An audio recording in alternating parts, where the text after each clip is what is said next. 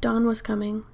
The Waystone Inn lay in silence, and it was a silence of 3 parts. The most obvious part was a vast, echoing quiet made by things that were lacking. If there had been a storm, raindrops would have tapped and pattered against the sailless vines behind the inn.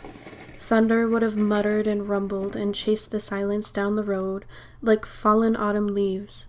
If there had been travelers stirring in their rooms, they would have stretched and grumbled the silence away like fraying, half-forgotten dreams. If there had been music... But no, of course there was no music. In fact, there were none of these things. And so the silence remained.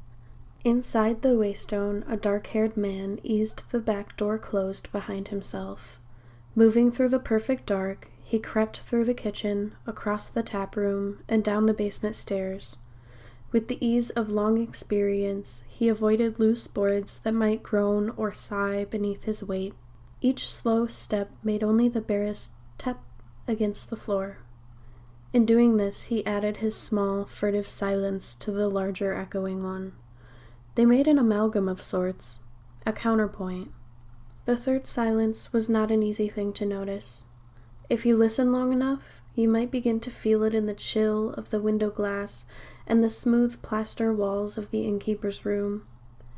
It was in the dark chest that lay at the foot of a hard and narrow bed, and it was in the hands of the man who lay there, motionless, waiting for the first pale hint of dawn's coming light. The man had true red hair, red as flame. His eyes were dark and distant, and he lay with the resigned air of one who has long ago abandoned any hope of sleep.